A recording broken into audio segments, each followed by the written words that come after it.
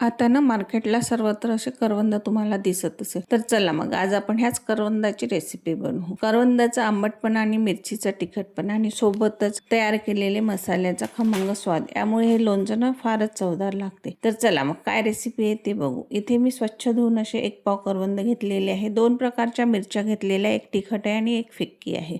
दोन्ही स्वच्छ असं कोरडे पुसून घेतले आणि मिरच्यांचे उभे काप करून घेतले। सोबत करवंद देखील उभेच कापून घेतले आणि शक्य तितक्या त्यातल्या बिया ह्या काढून टाकलेल्या आहे। त्यानंतर सगळं एकत्र करून घेतलं आणि साईडला तेल गरम करायला ठेवलं। तेल असं अगदी कडकडीत गरम होऊ दिल्यानंतर थंड होण्याकरता एका कढईत ते टाकून घेतलं। त्यामध्ये 2-4 लवंग आणि 2-4 मिरी टाकून घेतले। साईडलाच मेथीदाणा आणि सोप देखील भाजून जाडसर बारीक करून घेतली। अर्धा पाव मोहरीची डाळ ही मी त्या तेलामध्ये, तेल थोडं थंड झाल्यानंतर टाकलं।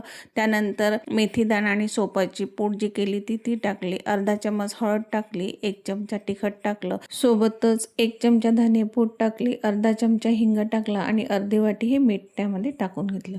त्यानंतर सोबतच छोट्या चमच्याने 1 चमच मी गरम मसाला हा घरी होता तो टाकून दिला। आता लोणच्याला छान लाल कलर येण्यासाठी मी त्यामध्ये काश्मीरी लाल मिरची 1 चमच टाकून घेतली आणि त्यावर एक चाळणी ठेवून दिली, म्हणजे त्यामध्ये असलेली वाफ ही निघून जाईल आणि पूर्णपणे थंड होऊन जाईल। आता आपला मसाला पूर्णपणे थंड झालेला आहे आणि त्यामध्ये करवंद आणि मिरची मिक्स करून घेतलेली आहे। मिक्स केल्यानंतर 2 ते 3 दिवस हे मी त्यामध्येच मुरू देणार आहे आणि छान आता झाकण ठेवून दिलेलं आहे।